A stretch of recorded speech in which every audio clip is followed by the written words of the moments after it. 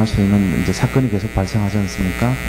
그런 속에서 우리가 복음 가진 자로서 이거를 어떻게 헤쳐나가는가, 그게 중요하거든요. 그래서 복음의 개인화가 실제적으로 되면은 오는 축복이 뭔가를 알면 되죠. 그 축복이라고 하는 것은 가장 첫 번째는 삶입니다. 삶이 응답을 누리는 거예요. 그 그리스도 예수를 믿고 살아가는 인생에 있는 삶이 하나님께서 이게 그것을 빌립보 1장 6절에 보니까 우리에게 모든 것을 회복시켜 준다 그랬어요. 그죠?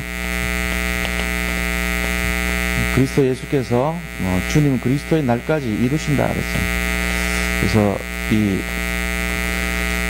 삶의 응답이 되면은 그 다음에 뭐가 됩니까? 우리 자신들이 정말로 이제 복음 속에서 우리의 각인된 것이 바뀌고 체질이 바뀌고 새로운 이제 응답 속으로 들어가는 게 사실은 이게 신앙생활에 제일 중요한 거거든요.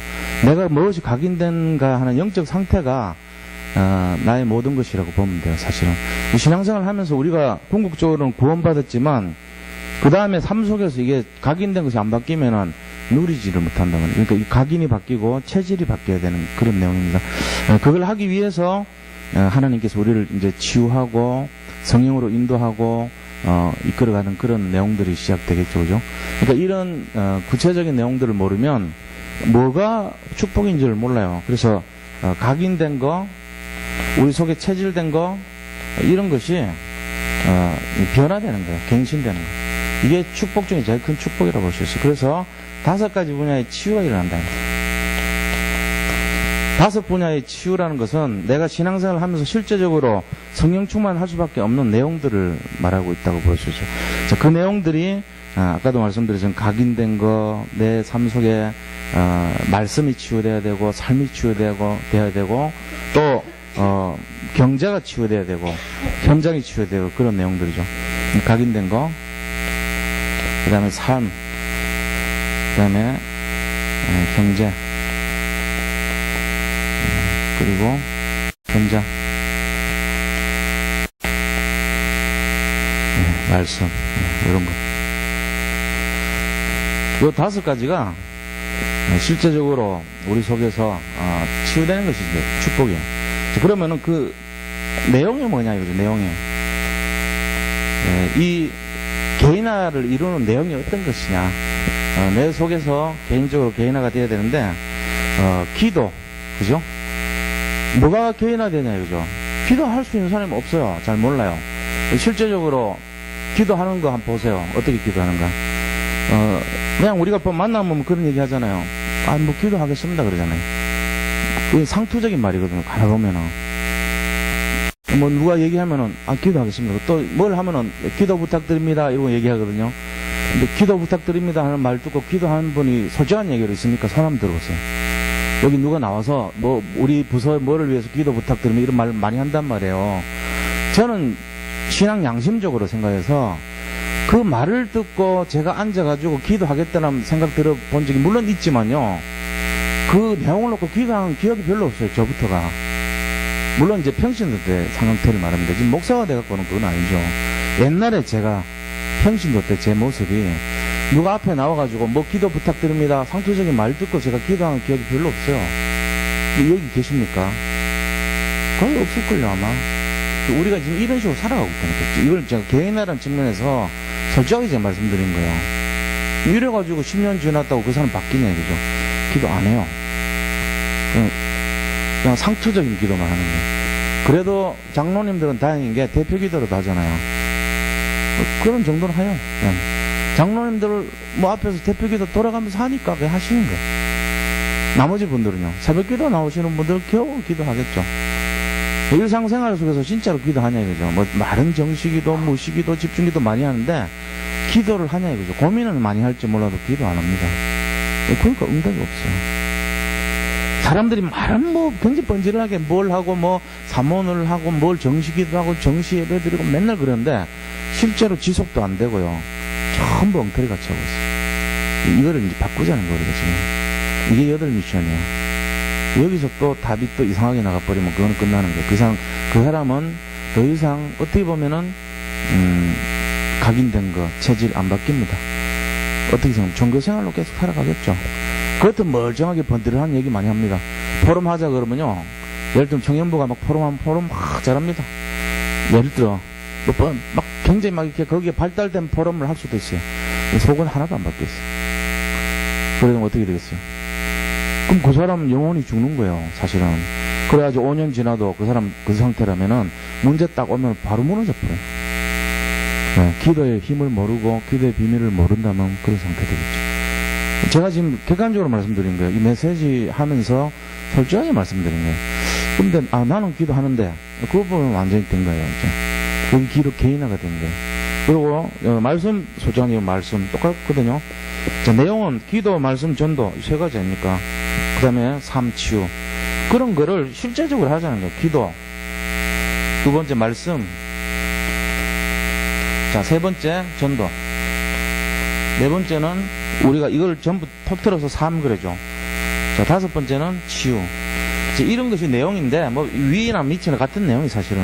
근데 실제적으로 내가 솔직하게 그렇게 기도한다. 매일 아침에 내가 기도하고, 눈 뜨면 기도하고, 낮에 내가 부족함이 없는 인생을 살고 있고, 밤에 내가 하나님 앞에 기도하고, 예를 들어.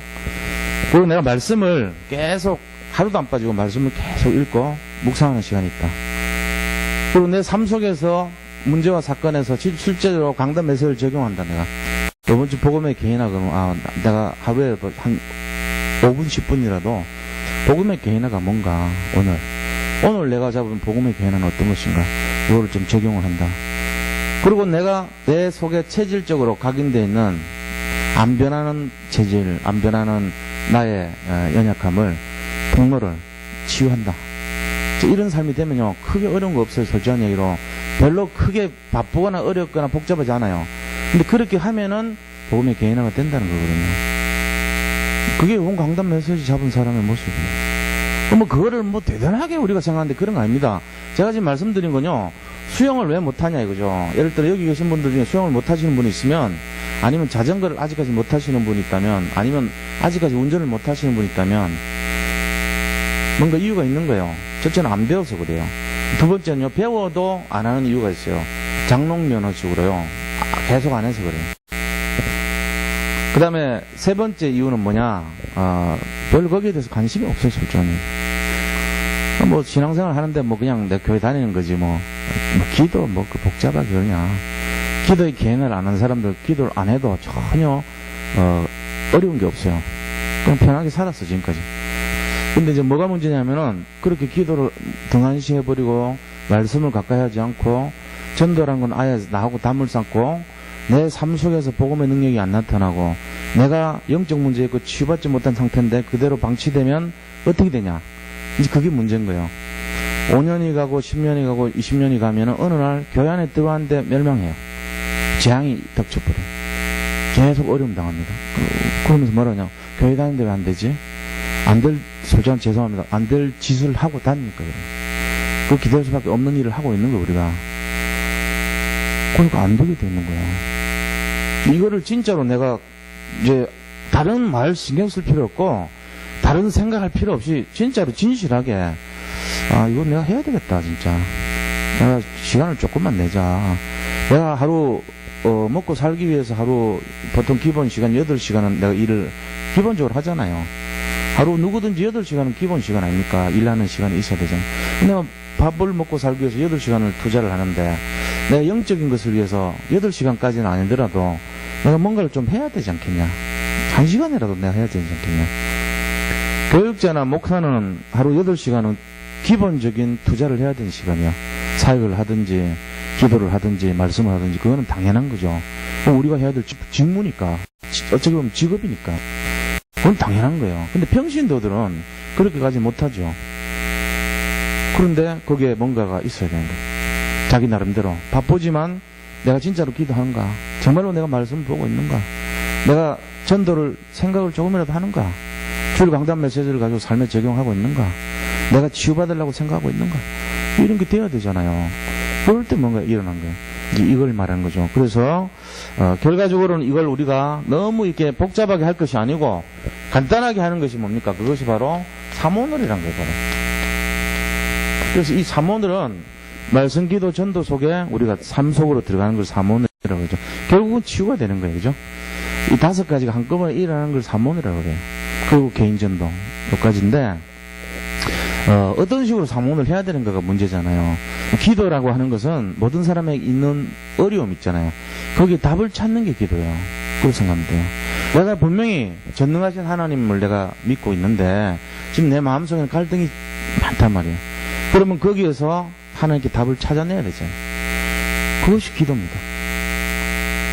전도라고 하는 것은 저 사람에게 지금 갈등이 있고 문제가 있는데 이 복음으로 답을 줘야 될 거 아닙니까?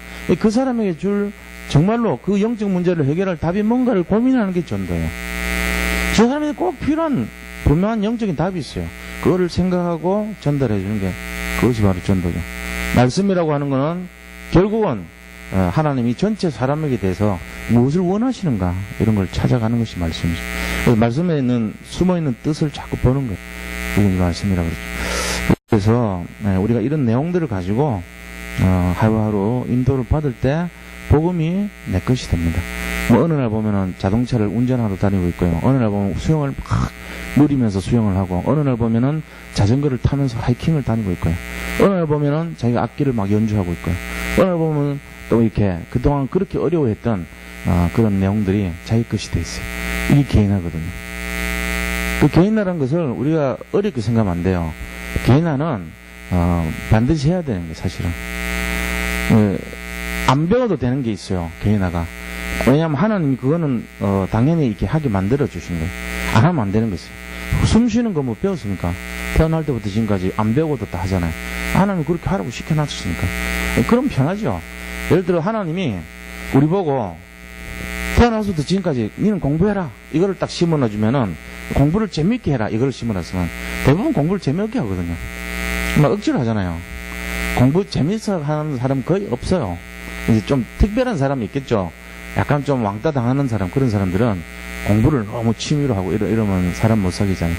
그럼 몇몇 사람 빼고는 대부분이 공부 힘들어합니다. 너무 막 그 목적이 있기 때문에 할 수 없는 거지 하는 거지 너무 좋아서 하고 이런 건 아니잖아요.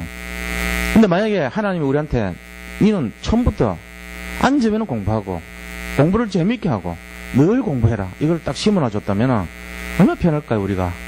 뭐 공부에 대해서 신경 쓸 필요가 없어. 숨 쉬는 것처럼 앉으면 저절로 공부가 돼요. 뭐든지 보면 공부가 다 돼. 잠잘 때도 이렇게 꽂고 있으면 공부가 돼. 지가 아침에 일어나면 당연히 가서 다 돼 있는데 뭐 학교 가는 게 너무 행복하겠죠. 즐겁고 그런 인생이 되면 좋겠지만 그런 것이 아닙니다. 공부도 개인화가 돼야 돼요. 왜냐 가만 나는 왜 그런가 이유를 생각해 봤어요. 왜 그런가. 만약에 모든 사람이 저절로 되는 것 같으면은 선별을 못 하잖아요. 선별을 어떻게 하겠어요? 자리는 하나인데 수백만 명이 다 할 수 있어. 그 기준이 뭐야? 그러니까 서로 안 되죠. 그럼 나중에 뭐 일어날까요? 쟤는 왜 하고 나는 왜 한다? 내 실력이 왜 안 모자라냐? 나도 공부도 어마어마하게 했는데 기준이 없잖아요. 그러니까 이제 서로 하는 게 이제 그 다음 순서가 힘이 되는 거라. 공부는 기준이 아니니까. 그래가지고 힘센 놈이 가서 때리고 죽이면 그 차리하는 거지. 이런 식으로 되면 안 되니까 하나님이 공부를 굉장히 어렵게 만들어놨어요. 근데 그 공부란 기준을 통해 가지고 세상 전체가 돌아가게 만들어놨어요. 보면은. 그래서 공평한 걸 유지하는 하나의 방식으로 만들어놨다니까요. 왜 그러냐? 차별을 시키려고. 그런 생각을 해봤어요, 제가. 우리가 실제적으로요, 이 내용을 한번 생각해 보세요. 복음의 개인화. 중요한 내용입니다, 사실은. 개인화라는 것이 그래서 뭘 해야 되냐? 제가 지금 그 얘기 하는 거예요. 개인화는 저절로 되는 것이 아니라는 거예요. 수많은 사람들이 구원은 받았지만 개인화를 하려면은 내가 도전해야 돼요. 갱신하고 도전해야 돼요. 그게 필요하다는 얘기예요, 지금. 세상 사람들 빗대갖고 내가 우스갯소리처럼 했지만 실제로 숨어있는 비밀이 뭐냐면은 개인화라는 것은 우리가 거기에 방향을 맞추고 정말로 계속 하나님 앞에 중심을 들이고 정말로 올바른 내용을 가지고 갈 때 내가 개인화 되어지는 거라는 거예요. 간신과 갱신과 도전이란 그 과정이 없이는 개인화가 안 된다니까요. 30년 지나가지고 그분이 기도한 거 물어보세요. 예를 들어 솔직한 얘기로 기도 어떻게 하냐, 하루 일과 중에 딱 물어보면 기도 안 해요. 기도 안 하는데요. 근데 그러면 일주일 동안 기도한 거 몇 번 있습니까? 없는데요. 이러니까 그럼 일주일 동안 성경 언제 읽었어요? 안 읽었는데요. 이런다니까요. 그러면 개인화 요즘 복음 설교 제목이 뭔데요? 모르겠는데요. 뭔 얘기인데요? 글쎄요. 목사님이 좋은 말 하신 것 같아요. 이 정도 수준이니까. 우리는 안 그렇겠죠, 적어도. 우리는 양심적으로 그러진 않아요. 근데 일반 교회 모습들이 다 비슷합니다. 그런 수준입니다. 그러면 그 사람에게 만약에 기도 응답이 돼버렸어요. 기도도 안 했는데, 자기가 원하는 그런 거지. 막 굉장히 좋은 일이 막 일어났어. 성공을 했어. 자녀가 잘 돼요. 막 병이 막 치료가 되고요. 그럼 그 사람은 어떻게 돼요? 야, 주여, 저를 용서해 주시옵소서. 저는 죄인입니다. 이럴 거 아닙니까? 아무것도 없는데 하나님 주셨으니까 얼마나 은혜가 되겠어요. 대부분이 그렇다니까, 지금. 대부분 사람들이 그래요. 그래서 우리가 이게 왜 그렇게 중요한 걸 한번 생각해 봐야 돼요. 제가 주일 강단 메시지 지금 다시 한번 얘기한 거예요. 그래서 이거를 가지고 오늘부터라도 제가 말씀드린 거 한번 생각해 보세요. 내가 진짜 개인하고 내가 진짜 기도했는가? 내가 말씀 단 한 줄이라도 보고 있는가? 내가 전도를 한 번이라도 생각해 봤는가? 오늘. 그럼 내가 그걸 삶 속에 한번 적용해 봤나, 내가? 그럼 내가 갖고 있는 이 사단의 통로, 내 영적 문제를 갖고 싸우려고 내가 치유받아 본 적이 있는가? 뭔가 있어야 되잖아요. 그게 하루에 5분이라도 10분이라도 적용해 봐야지 개인화가 일어난 거예요. 이번 주 강단 메시지 성취될 거 아닙니까? 말씀을 잡았고, 그것이 실현되고, 그러면서 기도 제목이 나오고, 하나님 저를 도와주세요. 이번 주 말씀이 성취되게 도와주세요. 이런 거라도 기도를 하게 됐잖아요. 그러면서 결과적으로는 이 삼원을 생각하면서 아침에 일어나서 삼원을 생각하면서 주신 말씀 잡고 개인 전도를 고민할 거 아닙니까?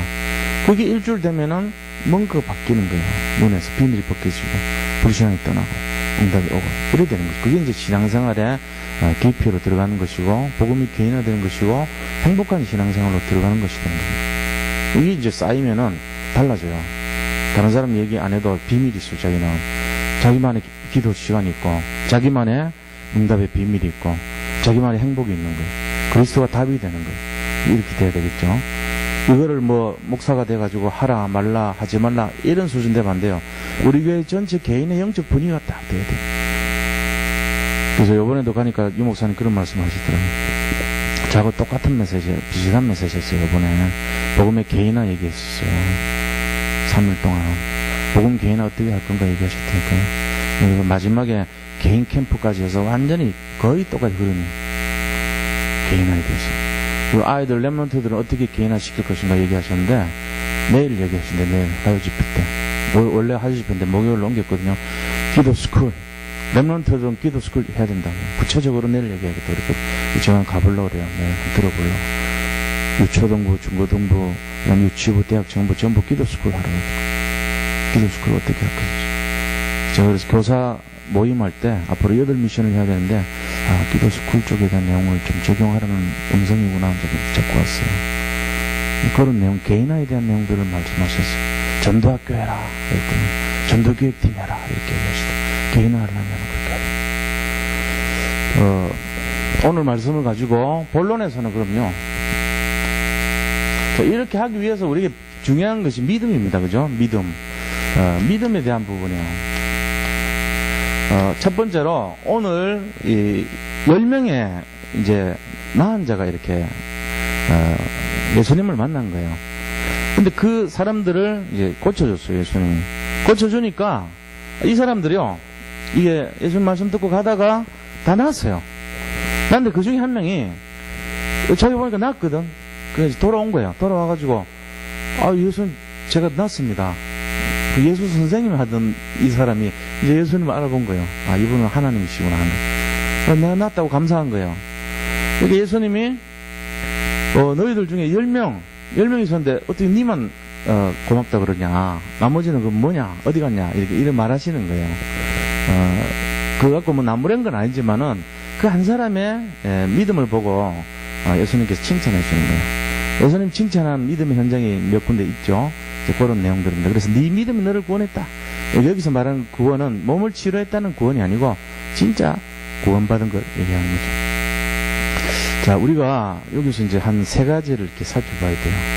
이 믿음이란 게 어떤 믿음이 있는가? 우리 속에 믿음이란 게 우리가 믿음의 단계를 정할 수는 없지만 우리는 지금 어떤 믿음의 상태를 가지고 살고 있는가? 지금 그걸 얘기하시는 거란 말이에요. 이 세 가지 영적인 상태를 말하고 있죠. 믿음이라고 하는 거 영적 상태가 있어요. 뭐 구원의 상태가 어떻다 그거는 우리가 평가할 수는 없지만 오늘 본문에서 예수님이 이렇게 구분을 해놨어요. 세 가지로. 이 세 가지 본문이 그냥 단순해 보이지만 단순한 게 아닌데 우리가 거기서 찾아내야 돼. 아, 우리가 어떤 믿음을 갖고 살아야 되는가? 그런 얘기를 하는 거죠. 그래서 첫 번째는 무슨 믿음이냐 하면은 구원을 얻는 믿음이 있습니다.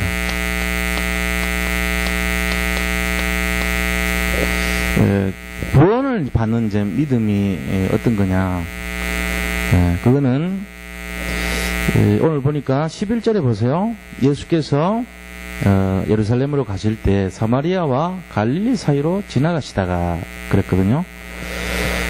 그런데 한 마을에 들어갔으니 나병 환자 10명이 예수를 만나 멀리 서서 소리를 높여 이르되 예수 선생님이여 우리를 불쌍히 여기소서 하거늘.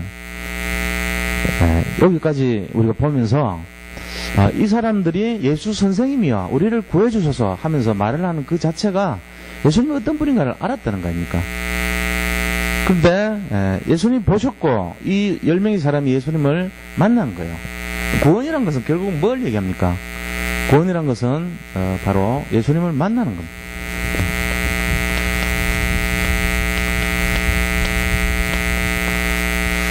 예수님을 만나는 것이 구원이에요.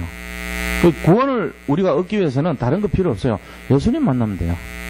그 10명의 사람이 예수님을 만났어요. 이게 이제 중요한 내용이에요. 구원 얻는 믿음은 뭐냐면은 예수님을 만나는 그 자체가 구원이 되는 거죠. 뭐 우리가 여기서 다른 걸 뭐 하고 이런 게 아니고 예수님을 만났다는 것은 결국 믿음이 되는 거예요. 믿음은 믿음인데 예수님을 만난 믿음을 구원이라고 그래요. 자, 그러면 이거는 결국 뭘 얘기하냐면은 모든 것을 다 받았다는 거예요. 이게 예수님 만났다는 거는 모든 것을 다 받았다는 거예요. 그걸로 보시면 돼요. 예수님을 만났기 때문에 나는 더 이상 부족한 것이 없고 완전한 것이고 모든 것이 해결됐고 이거를 갖는 것을 구원이라고 그래요. 이게 예수님 만났을 때 오는 구원 얻는 믿음입니다. 바로 우리의 지금 구원 얻는 믿음의 상태는 모든 분들이 영접한 사람 모든 분들이 이걸 갖고 있어요. 여기서 딱 결론 내면 돼요. 아, 그렇구나. 난 더 이상 뭐 어떤 것이 필요하지 않을 정도 내가 상태구나. 이거를 딱 잡고 사는 거예요, 사실은. 그게 구원 얻은 믿음입니다. 자, 그러면 우리가 받았는데 뭘 받았냐? 받은 내용이 어떤 것이냐? 첫째는 신분. 하나님이 우리를 자녀로 삼아주시고 우리 안에 머무르시고 우리가 기도할 때 들어주시는 그런 신분이겠죠. 그죠? 그 다음에 권세를 받았어요. 무슨 권세를 받았죠? 세상을 정복할 권세를 받았죠. 그러면서 하늘나라 시민 되는 권세를 받았어요. 그리고 우리가 가는 곳마다 흑암을 꺾어버려요. 우리가. 이게 제일 중요한 권세예요, 사실은. 그리고 우리를 지켜주는 천사와 천군이 우리를 보호해줘요. 이게 이제 권세예요. 다시 말하면은 우리가 하나님으로부터 받은 힘 중에 제일 큰 것이 뭐냐면은 영적인 힘을 받았다는 거예요. 이게 이제 흑암 꺾을 권세거든요. 세상 말로 세상의 어떤 권력과 세상의 어떤 능력으로도 해결할 수 없는 귀신 쫓을 권세를 우리가 받았다는 그 얘기입니다. 하나님 자녀는. 그래서 하나님 자녀가 된 거예요. 우리에게 있는 유일한 권세가 뭐냐 얘기를 하면은 세상 사람들이 다른 사람을 꺾을 수도 없고 세상의 능력자도 할 수 없고 세상 어떤 사람도 볼 수 없고 갈 수도 없고 이룰 수도 없는 그 일을 우리가 할 수 있다는 그거를 받았다는 거예요. 그게 뭔데요? 영적인 힘을 얻었다는 거예요. 그게 뭔데요? 구체적으로 흑암 꺾을 권세를 얻었다는 거예요. 귀신을 쫓을 권세를 얻었다는 거예요. 이게 우리한테 있어요. 이 권세요. 그리고 다른 사람들이 받을 수 없는 축복인데 그게 바로 뭐냐면 천사와 천군이 우리를 보호해주는 권세를 갖고 있어요. 그리고 우리가 세상 사람들이 갈 수 없는 그 힘을 갖고 있기 때문에 세상을 정복할 수 있는 거예요. 다른 사람은 못해요. 안전병이 못 일으켜요. 근데 우리는 안전병이 일으킬 수 있어요. 베드로가 그랬잖아요. 그거 우리가 받은 권세니까요. 다른 사람이 볼 수도 없고 종교가 할 수도 없고 정말로 아무도 그거를 이룰 수 없는 특별한 권세를 갖고 있다는 사실입니다. 이게 바로 우리에게 주신 하나님의 권세예요. 이 신분 권세는 결국은 말하자면은 능력을 말하는 거예요. 하나님으로부터 힘을 받았다 그 얘기예요. 이거를 딱 갖고 그 내용을 가지고 사람이 할 수도 없고 종교가 할 수도 없고 어떤 것도 이룰 수 없는 것을 우리는 할 수 있다. 그런 마음으로 봐야 영적인 눈이 열리는 거예요. 그게 이제 될 때 성경에 나오는 모든 내용들이 믿어지죠. 다니엘은 그런 힘을 갖고 있었기 때문에 사자가 잡아먹질 못했어요. 다니엘의 세 청년 친구들은 이 풀무불 속에 들어갔지만 불이 그들을 삼킬 수 없었어요. 또 홍해라는 큰 장애물이 있었지만 모세가 그 문제를 근본적으로 해결할 수 있어요. 다른 사람이 할 수 없는 일이지만 할 수 있었던 거예요. 다윗이 골리앗 앞에 섰을 때 아무도 못하고 종교가 못하고 세상 사람들이 못했던 그 일을 할 수 있었던 거예요. 정말로 이 사무엘이 엘리 제사장이 못했던 그 일을, 종교가 못했던 그 일을 사무엘이 했던 거예요. 한 시대를 살려버려요. 그런 내용들 우리 속에 있어야 된다. 이 비밀이. 그거 없으면요. 그거 없으면 뭐 하는지 아세요? 맨날 이게 복음이 뭔지도 모릅니다. 복음의 내용을 모릅니다. 복음의 내용을 모르니까 어떻게 됩니까? 힘 빠진 그리스도인, 생명 없는 그리스도인, 그 다음에 날마다 지루한 그리스도인, 응답 없고 뭘 방향 감각 잃어버린 복음 가진 그리스도인. 복음은 갖고 있는 것 같은데 내가 어떻게 살아야 될지 방향이 없어요. 자극이 없어요. 행동이 없어요. 이러니까 변화가 안 되는 거예요. 그래서 고인물처럼 돼버려요. 그럼 인생 전체가 어떻게 돼요? 나중에 인생 전체가 그렇게 돼버려요. 변화가 없고, 그 다음에 한마디로 말하면은 고인물이란 게 딴 게 아니에요. 부응이 안 돼요. 지루한 인생 됩니다. 뭘 하더라도 똑같이 1절부터 4절까지 음치 특색이 1절부터 4절까지 다 틀리대. 1절 틀리고 2절 볼 때 틀리고 3절 볼 때 틀리고 4절 볼 때 틀리고 다 틀리대. 그리고 또 더 강한 특징 중에 하나가 그렇게 부르면서도 전혀 부끄러운 마음이 없대요. 당당하대. 그게 음치 특징이더라. 그리고 세 번째 특징이 이 사람이 부르는 내용은 못 부르는 게 없어요. 그게 전부 음치 특징이더라. 뭐든지 다 불러. 그리고 같은 곡도 1절부터 4절까지가 다 틀려. 근데 그거를 담대하게 불러요. 제 얘기하는 것 같더라고요. 제가 이렇게 옛날에 좀 이상하게 부르니까 38장 예수 우리 왕이 이번 주 주일 곡으로 선정되어 있는데 그걸 이렇게 제 나름대로 하니까 우리 김기영민 집사 가수님이 그러더래요. 우리 딸한테 목사님은 저렇게 틀리게 부르면서도 담대하게 자신감 있게 부르는 저게 너무 좋다고 하면서 제가 위로가 많이 되더라고요. 요새는 조금 좋다 그러더라고 또. 그래서 약간 좀 걱정이 돼. 이 좋다 그랬는데 또 틀릴까 싶어서. 그러니까 이 신경 안 쓰고 할 때가 훨씬 나요. 제가 뭘 말씀드리고 싶냐면은 복음의 내용도 없고 감각도 없고 저게 없으면은 어떻게 보면요 그렇게 돼버립니다. 음치같이 막 자신 있게 하는데 틀린 거예요 자꾸 이게. 거기서 이렇게 진짜가 되려면은 그건 아니잖아요. 우리가 누리는 게 아니고 그건 막 좀 이렇게 방종이죠. 제대로 해줘야지. 그래서 복음은 우리가 이거 잘 이해하셔야 돼요. 구원 얻는 믿음의 상태는 이런 거지만 요 상태로 머물러 있으면 안 됩니다. 뭔가 이렇게 좀 이 내용을 가지고 이 힘을 이렇게 딱 사용하면서 그 다음 단계로 넘어가야 돼요. 그 다음 단계 넘어가는 믿음이 뭡니까? 하나님의 능력을 믿는 믿음으로 가야 돼요. 이게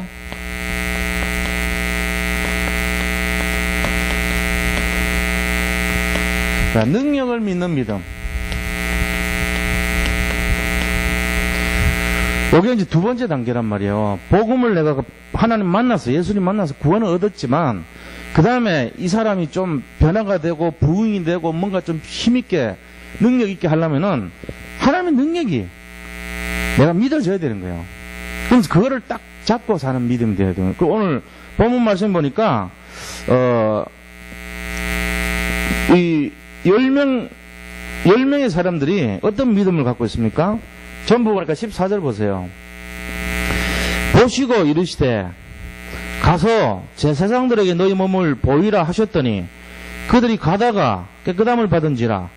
이게요, 이 14절 말씀 보면은 뭘 했냐면은 하나님의 능력을 믿었다는 겁니다. 이 하나님의 능력을 믿는 믿음이란 게 결국 뭐냐면은 여기서요, 이르시되 그래, 이르시되. 이르시되라는 말이 뭔 말이죠? 가라사대 아닙니까? 가라사대라는 말은 뭔 말이에요? 말씀하셨다는 거 아닙니까? 예를 들어 예수님 여기 계세요. 여기 이제 예수님 오늘 여기 나타나셔서 갑자기 해가지고 여기 계신 우리 성도님들 보고, 자, 우리 사랑하는 성도님들, 예수님이 지금 말씀하시는 거예요. 사랑하는 성도님들, 지금 머릿속에 이거는 꼭 이뤘으면 좋겠다는 거 하나씩만 생각해 보세요. 예수님 말씀하셨어요. 자, 그러면 지금 내가 이루어진다 얘기하면 이루어집니다. 자, 머릿속에 떠올르세요. 자, 지금 합니다. 생각한 것 그대로 이루어질지어다. 자, 이 중에 응답 받는 사람도 있고 안 받는 사람도 있어요. 근데 10명은 다 받았어요. 왜요? 그걸 믿었다는 얘기예요. 뭘 믿었어요? 말씀을 믿었지만 알고 보면은 능력을 믿었다는 얘기예요. 여기 계신 분들에게 다시 말씀드립니다. 예수님이 지금 여기 서 계십니다. 지금 마음속에 진짜로 그 응답받고 싶어하는 그 내용을 한번 떠올려 보세요. 자, 제가 축복을 드립니다. 그게 축원이라고 그러죠. 축복하는 기도를 축원이라고 그래요. 자, 축원을 드리겠습니다. 생각한 것 그대로 이루어질지어다. 다 이루어집니다. 믿었으면. 그게 저라고 생각하는 사람은 안 믿어져. 응답 안 돼. 근데 예수님의 말씀이라고 생각하고 진짜로 믿었으면은 이 시간도 된다니까요. 그게 믿음이에요. 그러니까 우리가 구원은 다 받았지만 그 다음 단계가 뭐냐면은 능력을 믿는 믿음, 말씀을 믿는 믿음이 되는 거예요. 여기 두 번째 단계 믿음이에요. 이르시되 10명이 다 치료되었더라. 이르시되 9명은 되고 1명은 안 되었더라. 이게 아니고 10명이 다 가다가 치료가 되었더라. 이 말은 능력을 믿었다는 거예요. 저분이 말씀한 거, 예수 선생님이 말씀하신 게 그대로 되는구나. 당신들 몸이 나을지어라 했는데 그대로 다 나와버린 거예요. 10명의 말씀이 그대로 다 믿어진 거예요. 우리가 이 믿음이 있으면은 다 됩니다. 자, 이 믿음이 어디에 나옵니까? 백부장이 그랬어요. 백부장. 이 믿음이. 백부장 보고 칭찬했죠. 백부장의 믿음. 자기 하인이 한 명이 죽겠었어요. 그러니까 집에 가자고 따라가니까 아닙니다. 제 밑에도 부하들이 있는데 제가 이리 가라면 이리 가고 저리 가면 저리 갑니다. 예수님께서 여기서 명령하시면은 그대로 될 줄 제가 믿습니다. 그랬거든요. 그러니까는 딱 그 시에 누가 전령이 왔는데 나왔어요. 그걸 보면서 예수님 뭐라 했습니까? 이야, 이 지역에서 이렇게 믿음 좋은 사람 내가 본 적이 없다고 하면서 얘기했잖아요. 그러니까 우리가 이 믿음이란 게 그런 겁니다. 능력을 믿는 거예요. 우리가 예수님을 믿는다는 거는 예수님의 능력을 믿는 걸 말하는 거예요. 예수님 만나고는 구원받았잖아요. 그 다음에는 그분의 능력은 전지전능하시다. 모든 문제가 끝났다. 이거를 믿는 거예요, 우리가. 이 믿음이 있어야지 응답되는 겁니다. 근데 지금 실제적으로 믿음의 상태를 한번 생각해 보세요. 내가 지금 어떤 영적 상태인가, 내가 어떤 믿음의 상태인가. 믿음의 상태라는 것은 뭐하고 연결된지 아세요? 반드시 이르시되 말씀이에요. 근데 말씀인데 말씀하고 또 연결된 게 있어요. 기도입니다. 알고 보면 그렇습니다. 기도가 갱신되면요 말씀이 성취됩니다. 놀라운 비밀입니다. 그죠? 그래서 말씀, 기도 두 가지가 연결돼요. 항상. 그래서 그냥 된 게 아니고 반드시 말씀과 기도 속에서 이 능력을 믿는 거예요. 24시간 기도란 게 딴 게 아니에요. 기도하냐? 하루 종일 기도하는 사람이 있어요. 진짜로. 계속.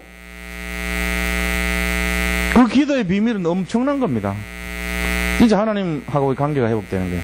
그리고 여기 오늘 이 10명의 문둥병자 중에 한 명이라도 병 치료 못 받은 사람이 있으면 그 사람 불신앙한 거지만 10명이 다 응답받았단 말이에요.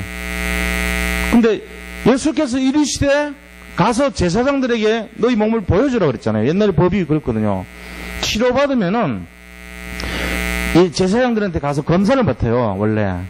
그래서 제사장이 보고 깨끗하다, 니는 이제 깨끗했다 이러면은 판정해주면은 이제 그때부터 영내로 들어와서 살 수 있어요. 문둥병자는 도시 안에서 못 살게 됐어요. 밖으로 쫓겨나야 돼요. 그래서 사마리아와 이 유대나라 사이 경계선, 다시 말하면 이 도시의 외곽에 거기서 쫓겨나 살고 있던 상태란 말이에요, 이게 지금. 근데 놀랍게도 거기에 9명은 유대인들이고 1명은 사마리아인이에요. 더 놀라운 사실은 돌아와서 고맙다고 얘기한 사람이 하필이면 사마리아 사람이에요. 9명 사람들은 같이 고침을 받았음에도 불구하고 고맙다 안 했어요. 이게 뭘 얘기하고 있는 겁니까? 우리가 지금 그걸 잘 봐야 돼요. 우리 자신들이 진짜로 믿은, 하나님 능력을 믿은 사람은 세 번째 어떤 사람 있죠? 백부장 말고도 네 믿음이 훌륭하다 하는 사람 누구예요? 뭐 바디메어도 있고요. 그 다음에 혈류증 여인도 있고요. 뭐 칭찬받은 사람 많죠. 그래서 바디메어 전부 다 예수 그리스도가 누군지를 잘 알았던 거예요. 언제 이게 일어납니까? 말씀을 믿고 하나님의 능력을 믿을 때 이걸 딱 간직하시기 바랍니다. 자, 요 다음 세 번째 믿음이 뭔지 아세요? 이게 중요한 거예요.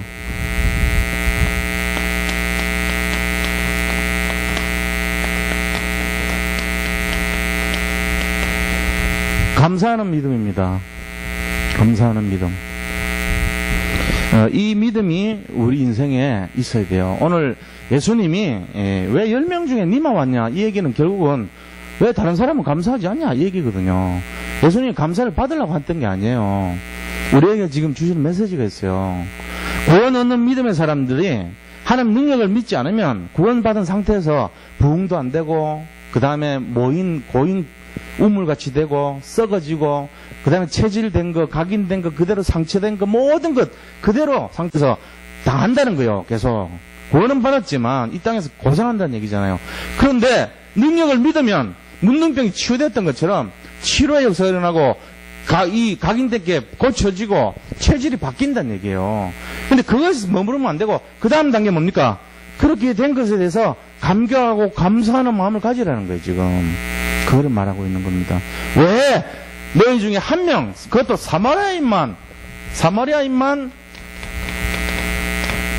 돌아와서 감사를 드리냐는 거예요. 저 이방인만, 다시 말하면 너희들 이스라엘 사람들, 그 율법 가득한 사람들, 정말로 이 복음 체질 아닌 사람들 고쳐줘도 감사할 줄도 모르고 당연한 걸로 생각하는 그 사람들 아니라는 거예요. 저 버러지같이 여긴 사마리아 저 사람이 진짜 아니냐, 이 말은 세상 가치 기준 버리고 진짜 감사하면서 그 사람이 하나님 나라 사람이란 거예요. 이거를 우리가 잘 잡아야 돼. 오늘 사마리아인이 아니고 진짜 이 사마리아인이 기준이 아니고 감사하는 사람이 기준이라는 거예요. 진짜로 감사하는 믿음 회복해야 된다. 감사하는 믿음이 회복될 때 그 사람은 이 땅에서 하나님 나라를 누리는 삶이 되는 거예요. 그거를 말하는 거예요. 하나님 능력을 잡는 사람도 이 땅에서 하나님 나라를 누리는 거고, 감사하는 마음을 가지는 사람도, 구원의 감격과 감사가 있는 사람도 이 땅에서 하나님 나라를 누리는 삶이라는 거예요. 그래서 결국은 뭐냐? 하나님께 감사하는 사람이 뭘 합니까? 천명을 잡습니다. 사명을 잡습니다. 그리고 하나님께 영광을 돌립니다. 이게 이제 달라지는 거예요. 하나님의 능력을 믿는 사람도 하지만 그보다 더 높은 단계가 진짜 감사하고 너무너무 고마워서 내가 이 땅에 살면서 뭘 해야 될까, 이거 너무 내가 받은 게 너무 감사한데. 그래서 그 사마리아인은 말은 안 했지만 주님을 진짜로 믿고 네 믿음이 너를 구원했다, 네 믿음이 너를 구원했다. 이 말은 뭐냐면 너는 이방인이지만 넌 살았다, 진짜. 이 얘기 아닙니까? 너는 진짜로 살았다. 너는 영육간의 모든 것이 회복됐다, 그 얘기잖아요. 네가 진정으로 제일 축복의 너 최고다, 너는. 그 얘기한 거예요 지금. 그래서 하나님께 뭐 하냐? 영광을 돌린 인생이 되는 거예요. 영광. 이거를 이 땅에서 서밋이라고 합니다. 서밋. 우리가 생각해 보세요. 저 영광 중에 제일 큰 영광이 뭐겠습니까? 다른 사람을 또 살리는 거예요. 문둥병에 걸려있던 사람 살리듯이 다른 사람을 또 살려내는 거예요. 그게 전도자거든요. 이게 이제 세 단계를 말한 거예요. 그래서 오늘 이 믿음의 단계가 이런 단계가 있단 말이에요. 그래서 네 믿음이 너를 구원했다. 우리는 지금 어떤 단계입니까? 한번 생각해 보세요. 뭐 제가 물어볼 필요는 없습니다. 근데 이번 주 강단 메시지를 잡고 내가 정말로 내인데 각인된 거, 내 체질, 내가 또 지금도 반복적으로 지는 사단의 통로, 흑암의 역사 이런 걸 내가 싸운다면 정말로 내가 그걸 말씀 잡고 기도했는가? 내 삶 속에서 정말 이 체질에 대해서 각인 치유가 일어나고 체질 치유가 일어나면서 기도를 떼어진가 내가? 그리고 또 말씀을 내가 묵상하는 삶이 되는가? 전도를 생각하는 삶이 되는가? 내 삶 전체 적용하고 있는가? 내 통로를 치유하고 있는가? 이런 거 딱 생각하면은 회복되게 돼 있어요. 그래서 될 줄 믿습니다. 그래서 우리가 결론을 말씀드리면 결론은 뭐냐면요. 우리의 영적 상태가 그대로 응답입니다. 결론.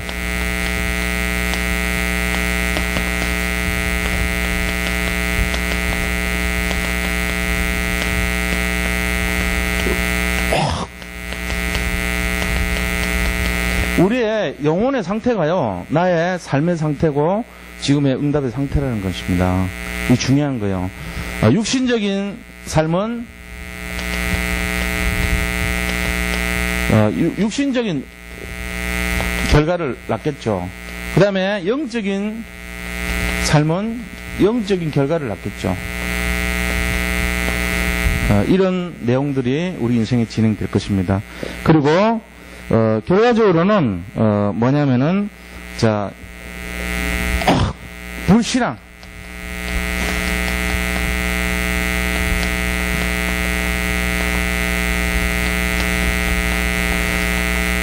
마찬가지입니다. 불신앙을 계속하는 상태면은 불신앙의 결과가 나와요. 우리 인생에. 믿음의 상태를 계속하면은 믿음의 결과가 나오죠. 또 우리가 지금 이 영적인 거냐 육신적인 거냐, 믿음이냐 아니면 불신앙이냐, 이런 내용을 가지고 그대로 우리 상태로 볼 수 있는 거예요. 다시 말하면은 복음이 개인화돼서 구원 얻고 능력을 얻고 감사하는 이 상태를 가지고 구분한다면은 지금 나는 어떤 영적 상태인가? 내가 지금 구원 얻고 머물러서 고민하고 있는 상태인가? 아니면은 하나님 능력 믿고 내 각인된 거 체질 변화시켜가지고 정말로 감사하면서 천명 잡고 영광 돌리는 그 단계까지 가는가? 이거를 잘 보셔야 될 것입니다. 그래서 여기서 답을 딱 내린다면 우리 인생의 방향이 새롭게 되겠죠. 새로운 인생 되는 거예요. 그럼 행복한 인생 돼요. 왜냐하면 가는 곳마다 부흥역사 일어나요. 되어질 수밖에 없는 상태가 돼요. 그래서 영적인 변화가 일어납니다. 그러면서 우리가 하는 8가지 미션이니 뭐니 용어가 복잡한데 이거 중요한 게 아니에요. 사실은 그거보다는 내 삶 속에서 내가 말씀 잡고 기도하면서 진짜 사람 살리고자 하는 그 삶이 내 속에 이루어지고 있는가, 이게 열쇠란 말이에요. 이 땅에 살면서 내가 이런 걸 생각하고 왜 내가 남을 고민해야 되는가, 왜 나도 추스르기 힘든데 남을 생각해야 되는가, 그런 생각하면요 그게 바로 영적이지 못한 상태예요. 7 렘넌트들의 삶은 자기만의 삶이 아니었어요. 전부 하나님이 원하시는 뜻에 방향 맞춘 인생이었어요. 그래서 구원 얻은 상태가 정도로 머무른 게 아니고 하나님 능력 믿는 믿음 정도가 아니고 너무너무 감사해서 내가 하나님께 영광을 돌려야 되겠다. 이거 내가 이거 뭘 해야 되냐, 주님 뜻을 따라야 되겠다, 이런 삶이 됐던 거예요. 이게 중요한 내용이죠. 전부 여기에서 결론을 내시고 승리하시기를 축원드립니다. 요번에 우리 학예 수련회를 갔는데 좀 일양약품에서 이렇게 거기 박사님이 한 분 나와가지고 우리 이제 치매 예방하는 내용을 했는데 좀 내용이 좋아요. 소개를 조금 시켜드릴게요. 요거는 이제 복음은 아니지만 그래도 좀 이제는 40대 이상 가면은 전부 치매 조심해야 된답니다. 40대 이상. 그래서 치매 예방법.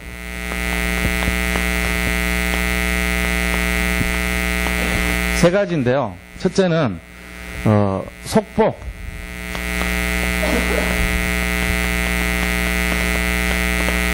빠른 걸음으로 30분 이상 걸으래요. 그러면 뭐 하냐면은 이 피 속에 그 LDL이라는 콜레스테롤 있죠. 로우 덴시티 콜레스테롤 해가지고 저밀도 콜레스테롤이라고 해요. 그거를. 우리 몸속에 콜레스테롤 두 가지가 있거든요. 고밀도가 있고 저밀도가 있어요. 고밀도는 하이 덴시티 그래가지고 이 HDL이라는 건데 HDL은 많으면 좋아요. 왜 좋냐면은 안에 있는 이 콜레스테롤 중에 쌓이는 콜레스테롤을 없애줘요. 제거를 시켜줘. HDL이 많으면 괜찮은데 우리가 문제가 되는 게 LDL이 많으면 문제가 돼요. LDL은 이렇게 통로를 막아요. 수채가 밑에 쌓이듯이 그렇게 막는 걸 LDL 콜레스테롤이라고 그러는 거예요. 자, 그러면 이 LDL을 태우려면은 뭐 운동을 하든지 해야 되는데 빨리 걸어 다니면은 이게 탄대요. 그 피가 맑아져요. 그러면은. 그래서 이제 걷기를 많이 하고 그다음 두 번째는 이 치매 종류가 두 가지가 있대요. 두 종류가 있는데 알츠하이머, 우리가 말하는 게 보통 알츠하이머 요 치매가 있고 그 다음에 혈관 치매가 있대요. 혈관에서 오는 치매가 있어요. 요 두 가지 종류를 이제 다 대처를 해야 되는데 알츠하이머 치매 같은 경우도 마찬가지고 혈관 치매도 마찬가지고 걷기를 많이 하면은 두 가지가 다 예방이 된답니다. 그렇게 일단 하라고 얘기를 하고요. 그 다음 두 번째 예방법은 뭐냐면은 견과류를 먹으래요. 견과류를 먹는데 이 호두나 뭐 잣 이런 거잖아요. 우리 뭐 봉지 요새 25g 이상 먹으면 좋다고 봉지로 나온 것도 있고 약 한 1온수 정도 해가지고 권장량이 그 정도 된다고 나오거든요. 그것도 좋은데 호두로 하면은 너무 많이 먹으면 안 되니까 호두는 하루에 호두 2알 정도. 잣으로 하면은 20알에서 30알.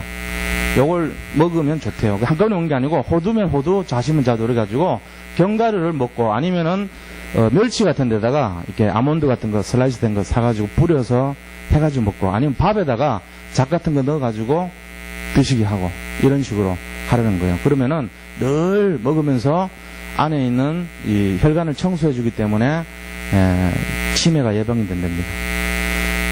자, 그리고 세 번째는 뭐가 있냐면은 세 번째 내용은 이제 브레인 푸드, 이게 이제 브레인 푸드거든요. 그 견과류도 마찬가지인데 이게 그러니까 뇌를 좋게 하는 식품이에요. 그 견과류 말고도 또 그 브로콜리 같은 거, 브로콜리도 여기 들어가더라고요. 그 브로콜리, 그다음 이런 견과류 이런 걸 이제 추천을 합니다. 그다음에 이제 양파 껍질 있죠. 양파 껍질. 보통 양파 껍질 다 버리잖아요. 근데 양파 껍질 속에 이 치매를 예방하는 그런 물질이 이제 이 사람은 약사예요. 약사인데 박사잖아요. 그러니까 우리가 알고 있는 상식선의 수준이 아니고 좀 전문 이 약학적인 지식이 다 실제로 자기가 개발하고 거기서 검출하고 이랬던 사람 아닙니까? 그래서 서울대 의대에서 우리 그 유전자 DNA를 분석했는데 그 중에 치매 물질이 이번에 규명이 됐어요. 그래서 그거를 막는데 그 막는 물질이 양파 껍질에 되게 많대요. 그래서 양파 껍질을 중국집에 어디 가서 좀 달라고 얘기를 하든지 해서 그거를 끓여서 늘 드시라고 하더라고. 굉장히 좋대요. 자기도 집에 이제 사놓고 얻어갖고 먹는다고 하더라고. 근데 옛날 제가 중국집 중에 짬뽕이 아주 잘 나는 집이 있어요. 불티나게 팔리는 집이. 근데 그 집이 비법이 있는데 결국은 안 밝혀지다가 몇 년 뒤에 밝혀졌는데 뭐냐면은 양파 껍질로 국물을 냈더라고. 그 양파 껍질 국물 내면은 그 짬뽕에 독특한 그 향이 있어요. 진짜 중국집 제대로 된 집 보면 그 향이 나요. 그 일반 중국집 말고 그 맛나는 집은 정말 맛있어요. 모르겠어요. 형제 짬뽕이 그런 집인지 모르겠는데 이 집도 유명하거든요. 여기 거의 다 휩쓸었어요 지금. 근데 하여튼 그 비밀이 양파 껍질입니다. 옥수수 수염이 좋은 게 아니고 양파 껍질이 진짜 좋은 거예요. 연세 많으신 분들한테 특히 이 치매 예방합니다. 그런 이 하나의 브레인 푸드가 있고요. 세 번째 좋은 게 뭐냐면은 소리 내서 읽기.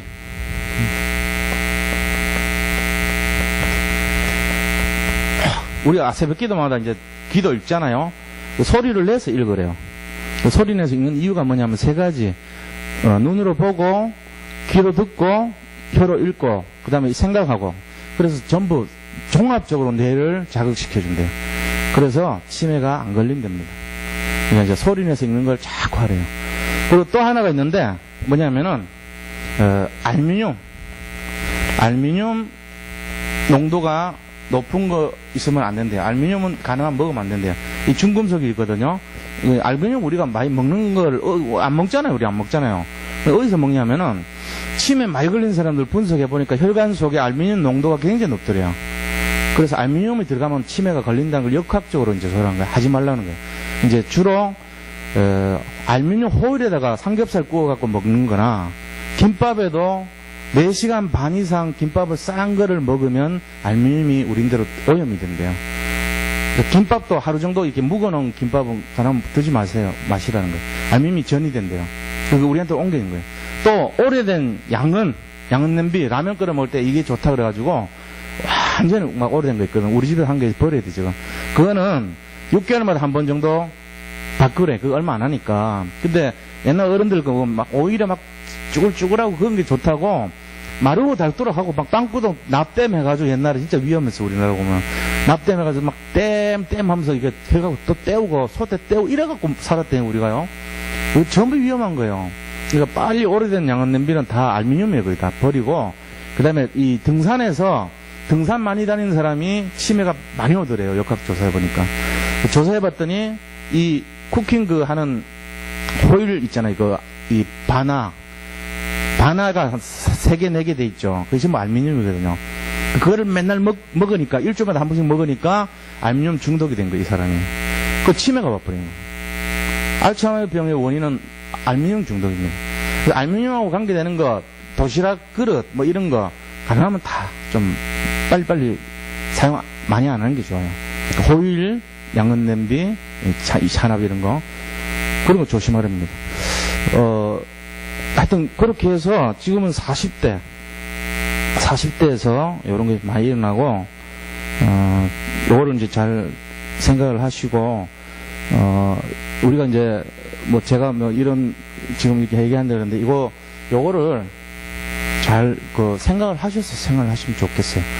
치매가, 왜 그러냐면, 우리 어머니도 지금 83세인데, 치매기가 왔어요. 심하진 않은데, 어떤 거냐면은, 교수하던 분인데, 이분이, 동사무소 가가지고, 서울대 교수였으면 똑똑하잖아요.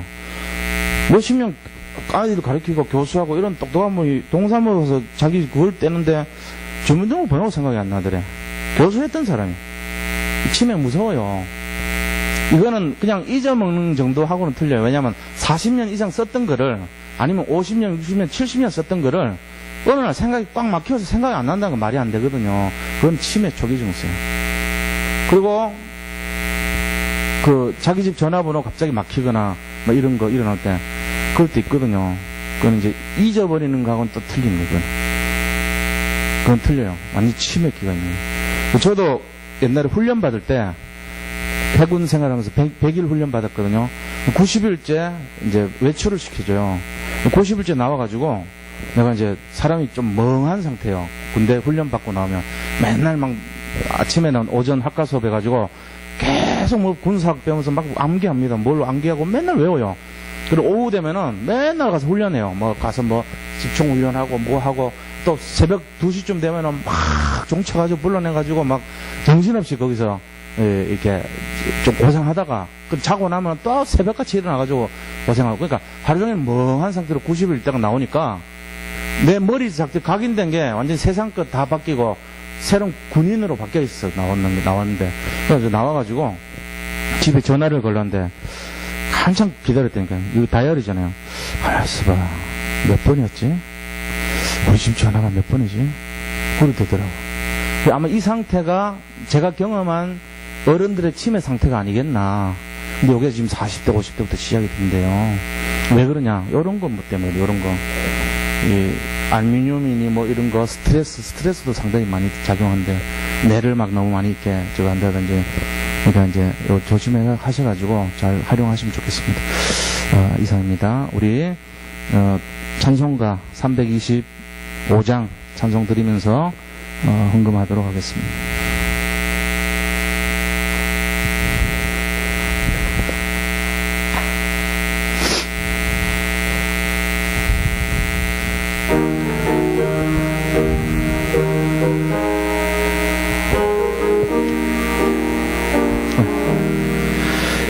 주가 함께 계시니